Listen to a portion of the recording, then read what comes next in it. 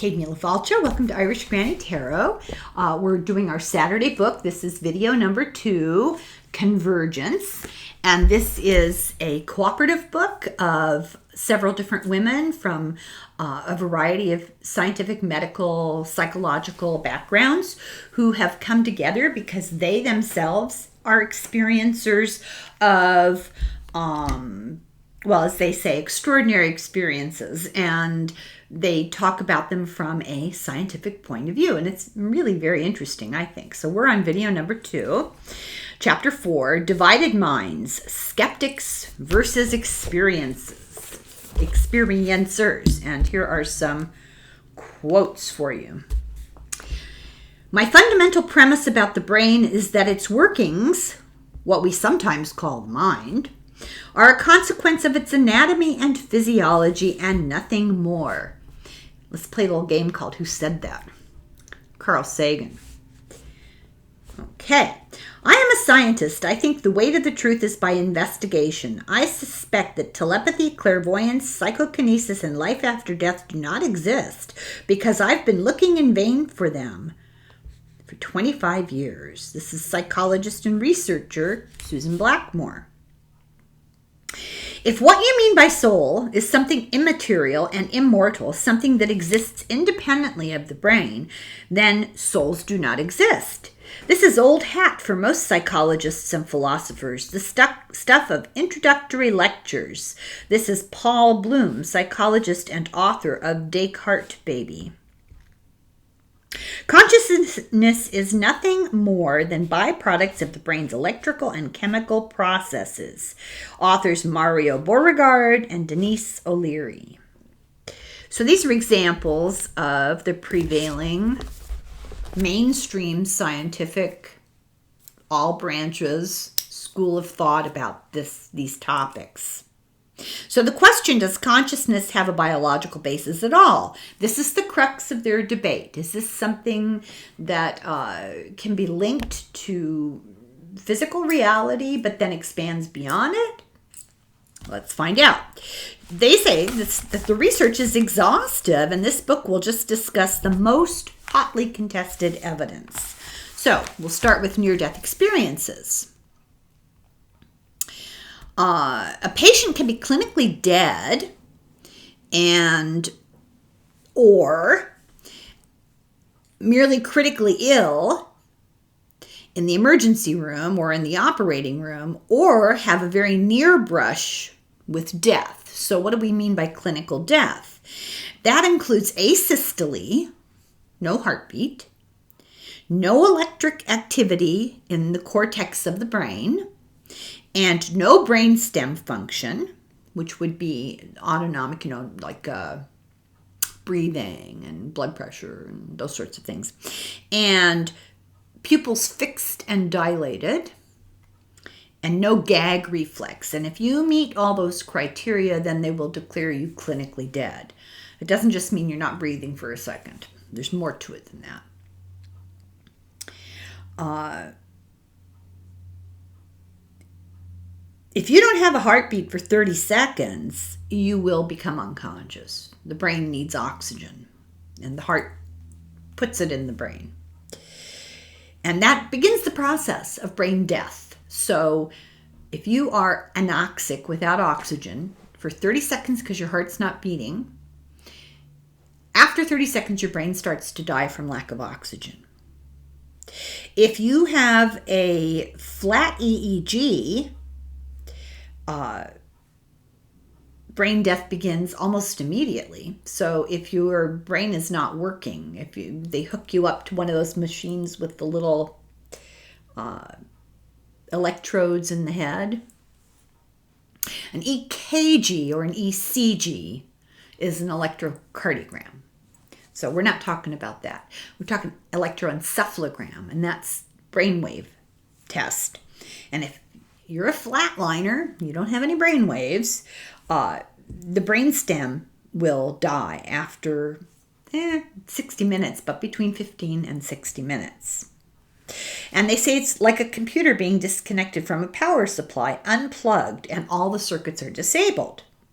This is when the near-death experience is rich, lucid, real, and beauteous. We're not talking, oh, I'm unconscious because they gave me medication. No, we're talking about something far more demonstrable and rigorously proven with evidence. The core near-death experience is lightened lucidity and sensory input. Heightened lucidity and sensory input. This is how it starts. And then you feel like you may be going through a tunnel or entering a tunnel. You see a brilliant light. And by the way, near-death experiences don't have to include every single one of these identically, but these are facets of most. You see a brilliant life. You begin meeting dead loved ones or spiritual beings. There's telepathic communication with them. Time and space stop having meaning. You experience some form of life review. You experience some sort of new information. You might travel to other dimensions. And at some point, you reach a border, and this border is non-crossable. Non-crossable in the sense that you can't go back and forth. Once you go over it, it's lights out. And you have the choice. So conventional science says that this is all your imagination. It's psychiatric, that it's got to do with drugs that you've been given. Maybe it's a temporal lobe seizure. Maybe it's a disturbance of your REM sleep. Maybe it's dissociation. Maybe they didn't give you enough anesthesia. Maybe you're hallucinating. Maybe it's anoxia, lack of oxygen. Penny said that she had a near-death experience while she was on a ventilator, being given oxygen. Her oxygen saturation was 100%. Her mind was organized. She was able to describe what the people in the room were doing and saying and what they wore. She was also able to describe what people were doing and saying and what they wore in other states of the Union. A materialist would say this is impossible, it can't be proven, therefore it's a flawed theory, except that they could prove this because people reported, yeah, you were right, I was wearing that I'm going to make this up. You were in California, I was in New York, and yes, I was wearing that, and yes, I said that, and yes, I did that. How do you know you were on a ventilator in California? But that is proof.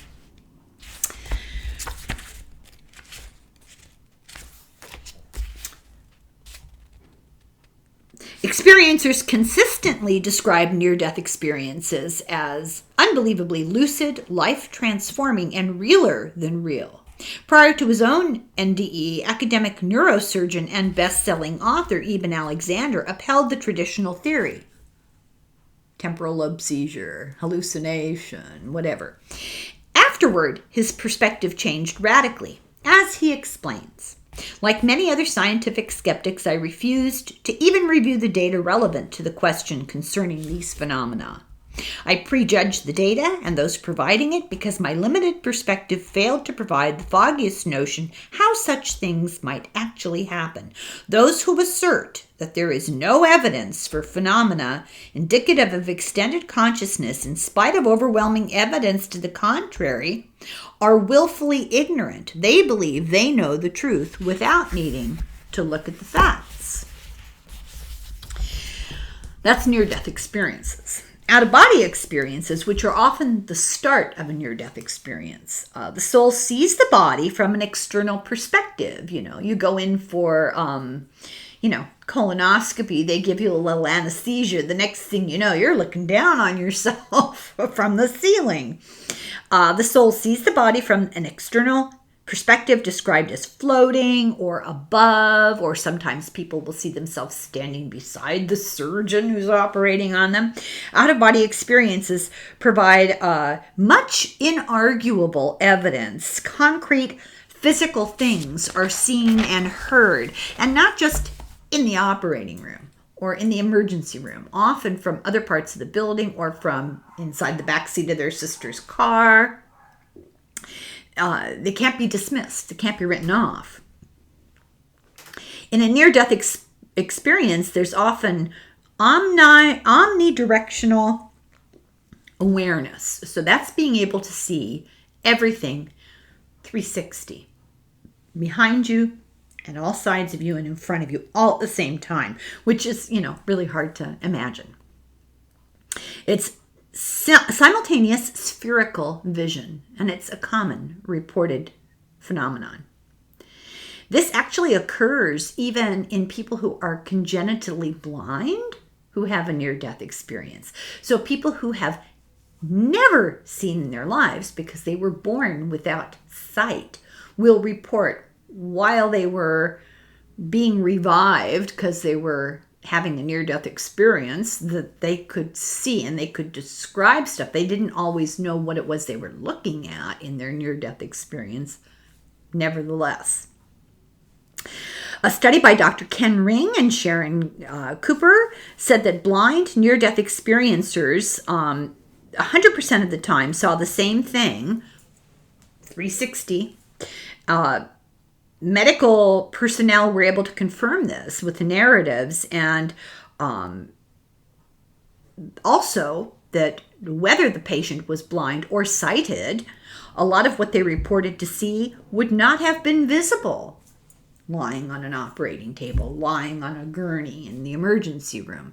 For example, objects that have been forgotten on the top of lockers that are way at the top of the ceiling. There are two kinds of skeptic. The total disbelievers, and they're the ones who just dismiss everything and just tell you, get some more REM sleep. And then there are the ones who think that this is demons, blasphemy, and they don't dismiss it. They ridicule it with judgment and religious weight behind it. These are not dreams, because an out-of-body experience is contrary to what dreams are like for most people. There's an extremely heightened sense of awareness, and they're not symbolic the way dreams are often symbolic. Out-of-body experiences are a separation from the body with acute awareness.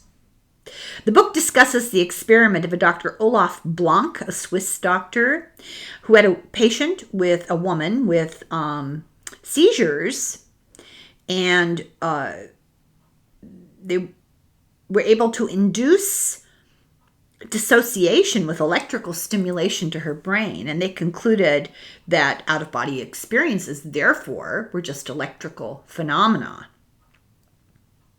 But the way that they described the out-of-body experience this person had was incomplete and different from more commonly reported out-of-body experiences. They can induce partial dissociation, but they lose a sense of their self when they electrically stimulate it.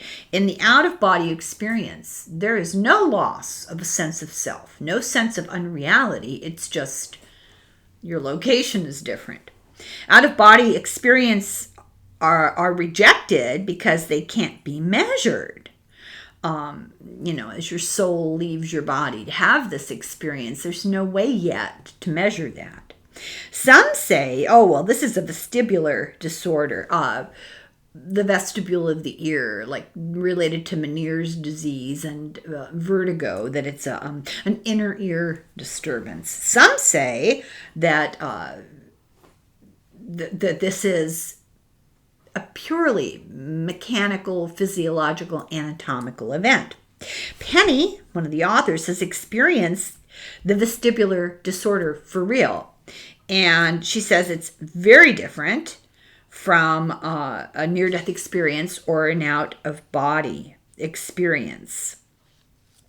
When she had the vestibular thing, she said she didn't feel detached from her body. It's not at all similar. Okay, then we're going to talk about what they call NHIBs. These are non-human intelligent beings, aka also known as ETs, extraterrestrials. So let's see. There's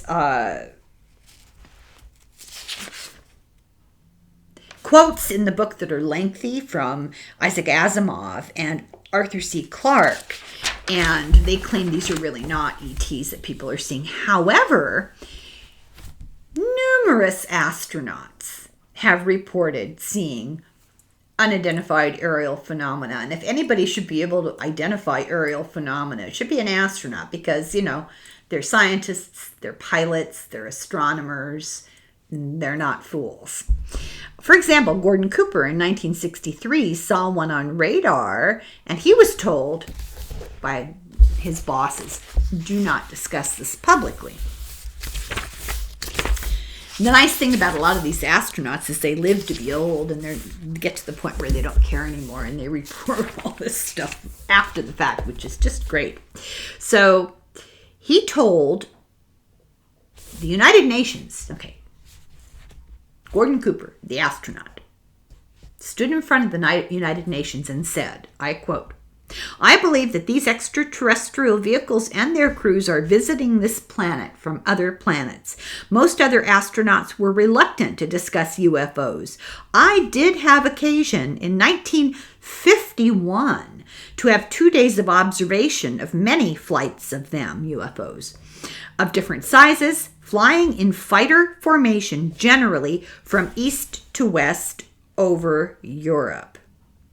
And some of them have talked about them. It's been caught on radio.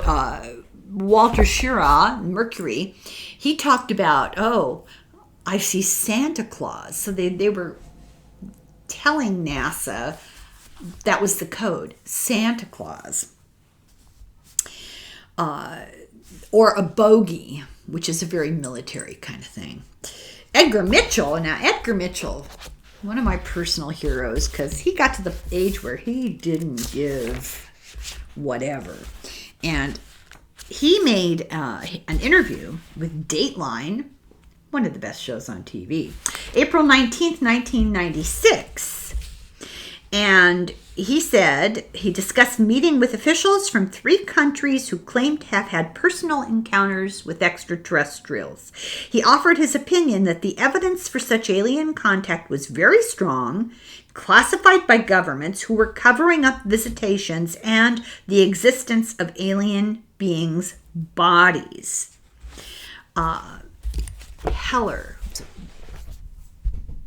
Paul Hellyer was the Minister of Defense in Canada over 3 separate administrations. That's kind of like Secretary of Defense. That's a big shot. You don't give that job to somebody who doesn't have their wits about them. Well, until the Trump administration. You don't get that job if you're not kind of a realist, a pragmatist, pretty entrenched in the material world. And Paul Hellyer is that kind of person. Except, just the way Edgar Mitchell just said, 3 different countries, politicians, they've interacted. Paul Hellyer has gone on the record, I think he died recently, he's gone on the record describing sitting across a table in negotiation with representatives of the American government, the Canadian government, and elsewhere. I recommend you look up the life story of Paul Hellyer in relationship to UFOs. It's fascinating. Anyway, John Mack studied the abduction phenomenon, and we've covered his books, and he's the one who was a Harvard-trained psychiatrist, tenure at Harvard. Somebody said, listen, I've got these patients who were reporting that little alien beings are coming in and kidnapping them. I need you to figure out what's wrong with these patients. And he was willing to work with these patients. Nobody else wanted to deal with them with a 10-foot pole. And when they started coming to him and he began keeping track of it, and it culminated in his book, about abduction. And it culminated in him going to battle with Harvard. They tried to take away his tenure, and eventually he won.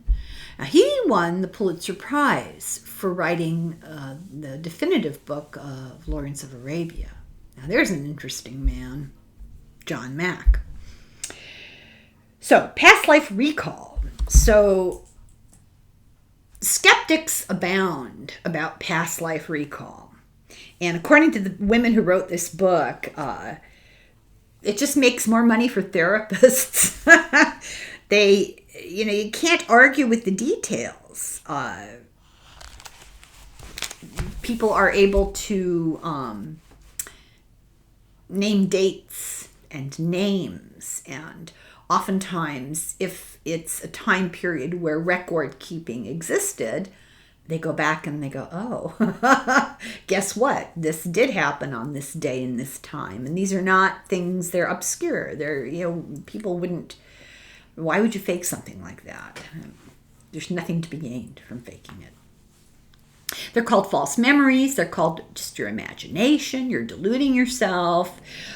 They claim that highly creative people are prone to fantasy-prone personalities, right? And a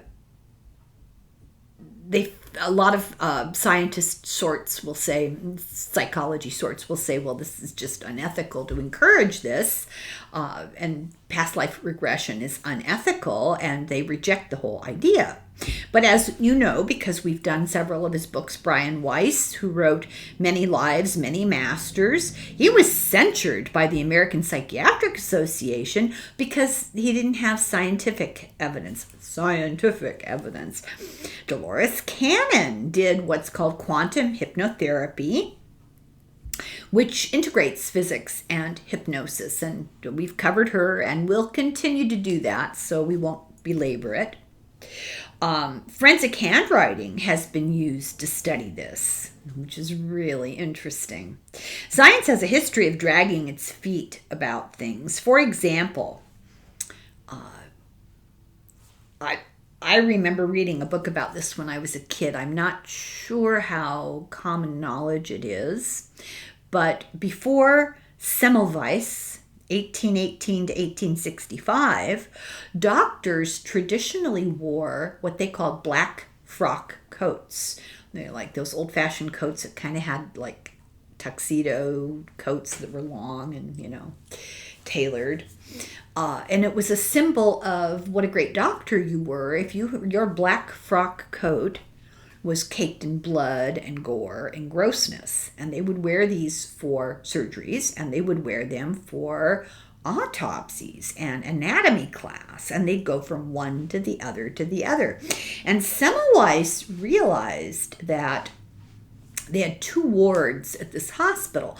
One was for the wealthy women, and one was for the poor women.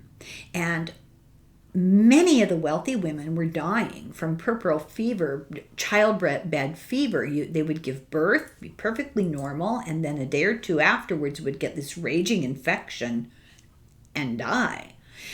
And nobody could understand why. And he put two and two together. It wasn't happening in the poor person's ward with the indigent women, because the wealthy women were attended to by private doctors who would teach at the university, at the medical school, and do anatomy class there, hands-on anatomy class, bare hands, I might add, and go directly from anatomy class or an autopsy directly to childbirth, attend a childbirth. They didn't wash their hands. They wore these black frock coats, and they spread infection from the autopsy room or the anatomy class to these women who just gave birth, and they died. Wasn't happening in the ward for the poor women, the indigent women, because they couldn't afford the fancy private doctors who did autopsies and taught at the universities.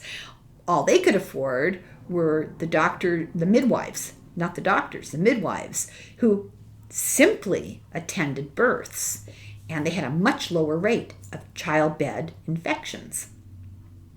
Semmelweis put 2 and 2 together, and he did this. He was in charge, I guess, of a ward, and he insisted all doctors could not wear these dirty black coats anymore, and they had to wash their hands when they came in. And the rate of infection dropped. And it was the first time people put 2 and 2 together that infections could be transmitted from something in one body to another body. But it took forever for him to be believed. He was ridiculed. He lost jobs. He lost prestige. And this high rate of puerperal fever was because of bacteria from the cadavers, and hand washing and getting rid of the coats. Their infections went from more than 18% in the rich woman's ward down to below 2%. But he was ridiculed, and he ended up dying in a mental hospital because he was so poorly treated because of it. Pasteur later was able to explain why Semmelweis was right, because Pasteur identified bacteria.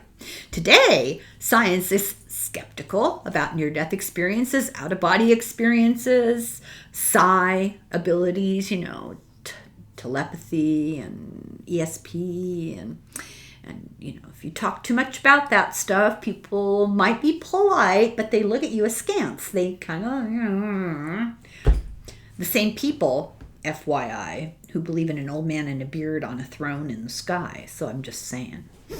Anyway, digressing. So the authors of the book argue that all of this stuff is interconnected. There's an interconnectedness of consciousness with many commonalities. In other words, a lot of these phenomena are related to the same cause, base cause. So we're calling that in Chapter 5, Convergence. Non-local consciousness is an awareness of reality in other dimensions, the fourth, etc. And this consciousness transcends time and space and the sensory constraints of the 3D world. And the work of Dr. Kenneth Ring links near-death experiences, out-of-body experiences, and unidentified aerial phenomena to a common cause. Let's see here what he has to say. They include, but are not limited to, and don't have to conclude all of these features: heightened senses, information downloads, instantaneous transfer of data, guidance, or previously unknown information, often from what is called the source. Sensing a presence or an otherworldly being, telepathic communication, distortion of time, and otherworldly light. And these are common occurrences in near-death experiences, out-of-body experiences, UFO experiences. They all share some or many of these features. There's a crossover. So these experiences may intersect. For example, during a near-death experience, you might feel an out-of-body experience and interact with the UAP. And you might have past life recall during an out-of-body experience. Overlapping.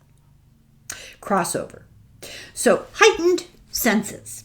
In a near-death experience, heightened senses happen 75% of the time. People report.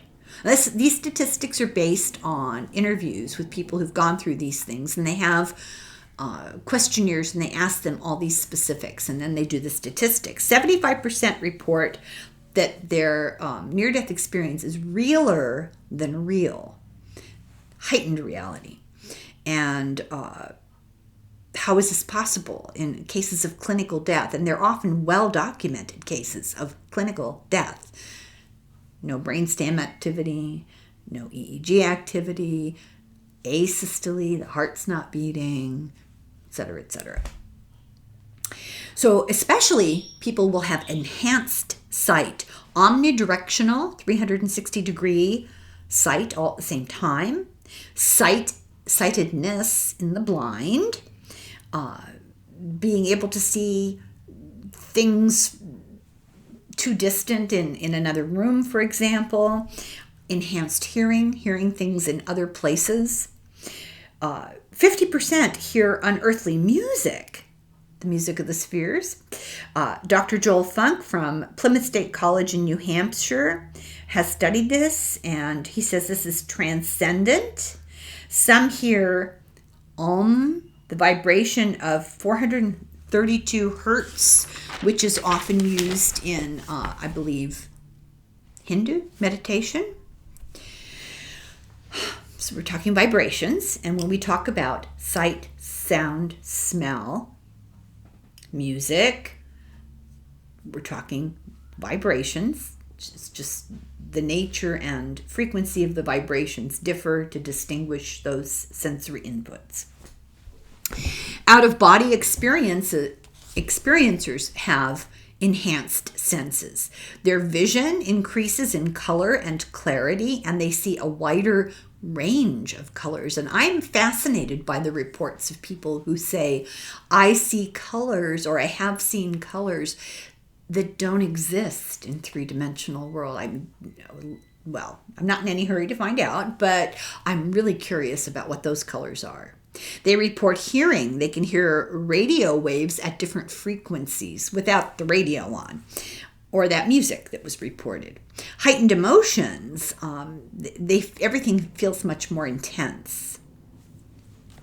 Now, unidentified aerial phenomena include bodily sensations or vibrations or sleep paralysis, and they feel an electrical shock sometimes, or vibrations that are being the question is, are these vibrations being changed to facilitate interdimensional contact?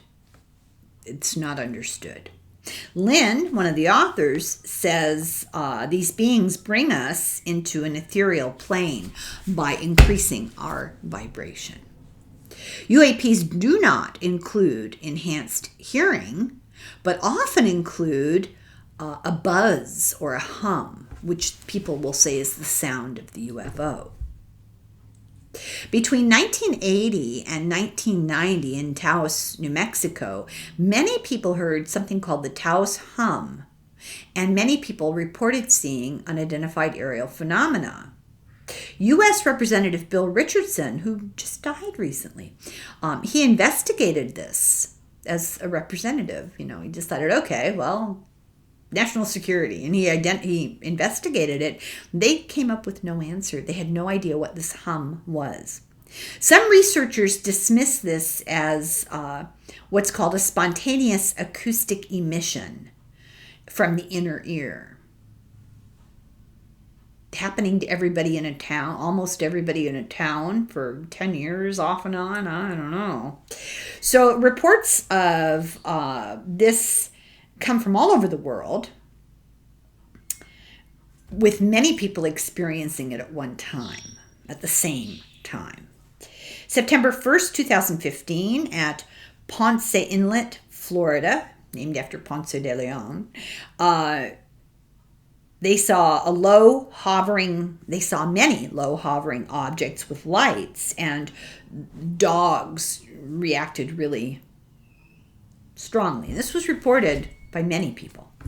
In 1964, there's the famous story of Lonnie Zamora, who, I believe he was in New Mexico. I believe he was a cop, a police officer, sheriff, and he pulled off the road. He saw a UFO landed with little people outside of it collecting samples and leaving marks on the ground when they left, and he heard the sound.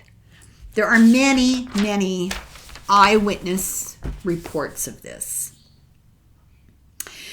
Past life recall. They report heightened emotions and heightened senses, that it has a cinematic feel, but it feels like you're watching it and you feel it. So you have the full sensory experience without actually participating in it 3D.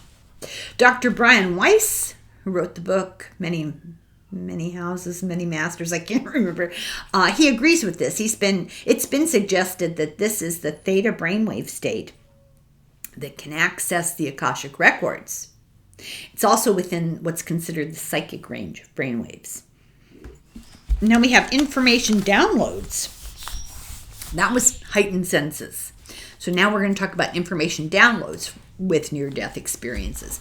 Dr. Jeffrey Long studied 1,300 people. 56% who had near-death experiences got universal knowledge of some sort.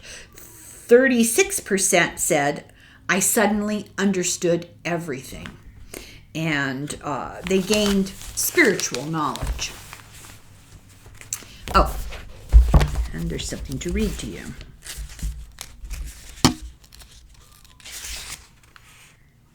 Death is a metamorphosis. This is what came from one person's near-death experience. Death is a metamorphosis of time, one more illusion, born of our mental concepts. Consciously living by love is the essence of life itself. We live in a plural unity or oneness. In other words, our reality is unity in plurality and plurality in unity. We are all one. Where am I? They have the ability in these experiences to communicate telepathically. They may see future events. They may get scientific or mathematical information, and not a lot of people, but significant, important figures in science and the mathematical world have claimed that their inspiration for their theories that are important or formulas that help them to figure things out came from the ether. For example, Olaf Swenson had a near-death experience at the age of 14, and he now has more than 100 patents in molecular chemistry that he claims he got from his near-death experience. Lynn Claire Dennis had a near-death experience in a high-altitude balloon. Just the thought of a high-altitude balloon puts me into a near-death experience, I'll tell you what. Anyway, she got complex mathematical information called the pattern, the structure of God, and investigating it later discovered it was sacred geometry. It's an all-connecting pattern of light, a three-dimensional mandala, a representative of time, space, and the energy-generating matter. The pattern is a knot, but not just any knot. The pattern is the most profound knot, a never-before-discovered trefoil knot. The pattern became of great interest to mathematicians, physicists, astrobiologists, and molecular geneticists who developed from it the Marian matrix, an algorithm representing the unification of knowledge, which relies on whole systems, both living and lifelike. It's a scientific framework charting the sequential emergent growth process of systems. And this type of pattern is known as sacred geometry. Here's one called the flower of life, sacred geometry. Now, you look at that and you go, oh, well, that looks like something that you would have drawn with a spirograph as a child. And yes, that's true. But these things can be described mathematically and then applied to all sorts of things in nature, in chemistry, in anatomy, in physiology, in physics. It's way beyond my pay grade, but I at least know enough to know, whoa, this is really unbelievably fascinating. This kind of sacred geometry is a pattern that will be repeated, for example, in the chambered nautilus shell, the inside of a flower petal, the construction of a seed, bone matrix. I mean, just all sorts of places that who'd have thought, right? Where am I here? Out-of-body experiencers often get training on information from their guides during astral projection when they're out of their bodies. It's like school, but on another dimension. And they learn through the experiences that they have while having out-of-body experiences. There is advanced telepathic communication, lots of intricate, inexplicable symbols, equations that they wake up from, and they can write them down because they can remember them, but they don't understand what they are. They can't begin to describe what they are. The information is in their subconscious, and it actually changes them as people. The UAP's experiencers receive information on science, ecology, spirit, physics, technology, philosophy. It's just mind-boggling. Whitley Strieber attended what was called summer school as a kid in 1954. We've talked about this a little bit in the context of his book, The Key. He and others, and they got lessons on time travel and the universe. He said the teacher was a little bit like a nun, but not a nun. They got to wear virtual reality hats and saw the future. And he has reported on this a number of times. Flat Screen TV News of 1993 was in this stuff that he was told about. Flat Screen TV News was shown to them. And they saw the Great Malibu Fire from 1993. They saw other things that he can't remember. It's been so long ago. Mary Rodwell, an Australian who has the Close Encounter Resources Network, says many people report receiving awareness about things like, the larger galactic family, elevated consciousness. They can't remember, yet they feel like, they feel like they're strangers here. And now they know that it's related to this larger universe, but they, it's in their subconscious. So then we talk about past life recall. This is more of a remembrance of how and why past life was lived, and it helps to understand your karmic debt today. And it's an opportunity for spiritual growth, and it often explains why you are the way you are, why your relationships are the way they are, what you're acting out karmically with people or within yourself, like things that you're afraid of or talents that you have, goals that you feel you should have. It helps to explain a lot of that. Our task here is to learn. And Dolores Cannon believed that these past life memories are accessed through quantum physics because it's all related. And our subconscious is connected to the source. Part 3, sensing a presence or a being. Okay, so like, Ghostbusters. I'm not ridiculing anything. Hey, I'm all in on this. So, near-death experiencers. Dr. Jeffrey Long says that 57.3% of them that they studied have seen a mystical being or a deceased loved one. Other studies agree that either people are seeing beings of light or they're seeing human forms from the soul family of near-death experiencers who are studied in these studies. These are the ones who report this. They're interpreted often through the lens of culture and religion. So you have near-death experience, you might just see beings of light that mean nothing specific to you. But if you're really religious, you might see Jesus if you're so inclined, or you might see Buddha if you're so inclined, or you might, spend a little time in the hot place because that's what you expect culturally. But there is a strong feeling universally of love and joy, and the transition is much easier because of that. In out-of-body experiences and UAPs, there can be light beings or ETs in either one of these experiences, and ETs sometimes appear with dead family members. So you'll see a gray and your grandmother who died 20 years ago. Common reports. Past lives. Beings usually met between lives, are met between lives, not during the past life, but in the process of getting there, you'll meet these beings, sometimes called the Council of Elders or spiritual guides or angels or whatever.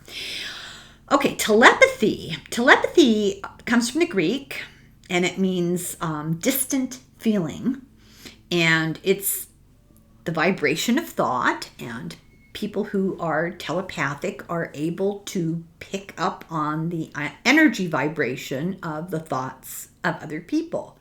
And if you're really close to somebody, some love interest, family member, best friend, or if you have a relationship with somebody that is a problematic person, there are those who can really pick up on what those people are thinking. Now, with telepathy, seems like there's more of an intent to actually communicate words. Oftentimes you'll pick up on somebody's vibe and you'll just know, oh, I know what they're thinking. But this is more like a specific words are being said to you in your head. Near-death experiences, they are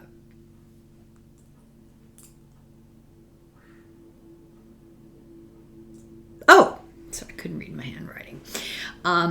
It's common for them to be like pure communication, to have telepathy in these near-death experiences. Even the deaf will hear in their head. Out-of-body experiencers, same thing, telepathy. UFO experiencers, they contact with the ET, are almost always telepathic. They don't use language. They communicate with thought. They can't talk. Speaking from a higher level of consciousness or a higher dimension through the brain, and it's all about vibration and frequency. In past life recall, words don't need to be exchanged often. There's an immediate knowing, a body wisdom. You just know. It's not about words in your head. Okay, when we talk about time distortion is when maybe you experience everything happening at the same time, or you experience a sense of timelessness. Time has no meaning. But the concept of time doesn't exist anywhere else except on Earth. So, time distortions, how do they manifest in near-death experiences? Time either speeds up or everything seems to happen at the same time. And is perceived differently from time passing on a conscious plane. 5 minutes in a near-death experience can feel like hours. And then you wake up and it's only been 5 minutes. Einstein agreed that time was an illusion. We who believe in physics know this, is what Einstein is quoted as saying. Out-of-body experiences, physics and time don't matter. People think, oh, I wish I were in Paris. They're in Paris. Or, oh, what was that like 40 years ago? Boom, they're back there. So there's just a fluidity. This is explained as the difference between the physical, ethereal, and astral realms. And as the book says, this is quantum physics. For UAPs, there's often missing time or condensed time. And this may be that a brain chemical is allowing these people to experience what's going on and creating this weirdness in time. A wormhole connects space and time. It's a shortcut, and it's often seen in the sky with UFOs. And how they describe it is the passage between this distance in space and this this distance in space and this distance in space. And what they do is they bring them together, and that passage between the two of them is the wormhole. Where did I go?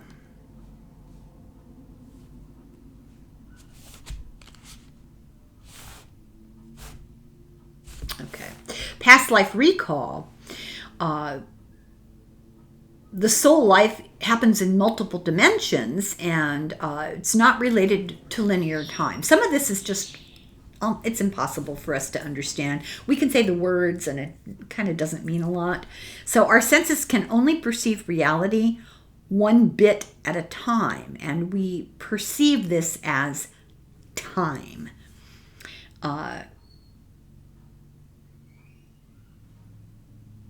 So traits that these things have in common is, this is the sixth one, otherworldly light. So we're talking balls of light, orbs, beams of light, auras, halos, flashes.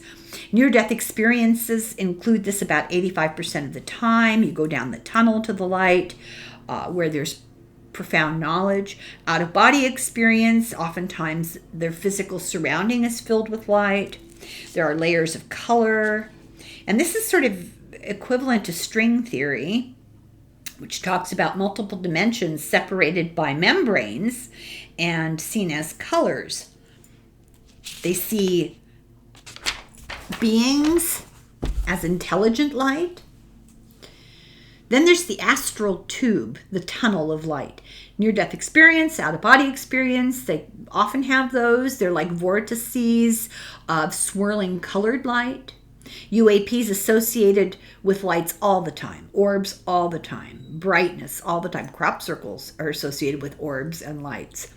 Or a person will float because a light shines on them and it floats them off the ground, like from the UFO floats them up. Travis Walton, for example. Past life recall, some experience themselves in an orb of light, and souls are often seen as orbs. This is consciousness energy. They also are associated with sacred sites, cemeteries, psychic ability, crop circles. This is life beyond the three-dimensional is what it is. Okay, I'm going to stop here because it's the end of the chapter and it's just a good place to stop. I hope that you're enjoying this and it's not too chopped up. I think it's really interesting because they're making a valiant effort to move science along a little bit into an acceptance. And there are studies and there are scientists who don't dismiss all of this and who do make an attempt at some sort of explanation. They're not usually mainstream, but we're open-minded. So thank you very much for watching. Please send me questions so that I can read cards on this. And in the meantime, Slanga Foil. Slancha.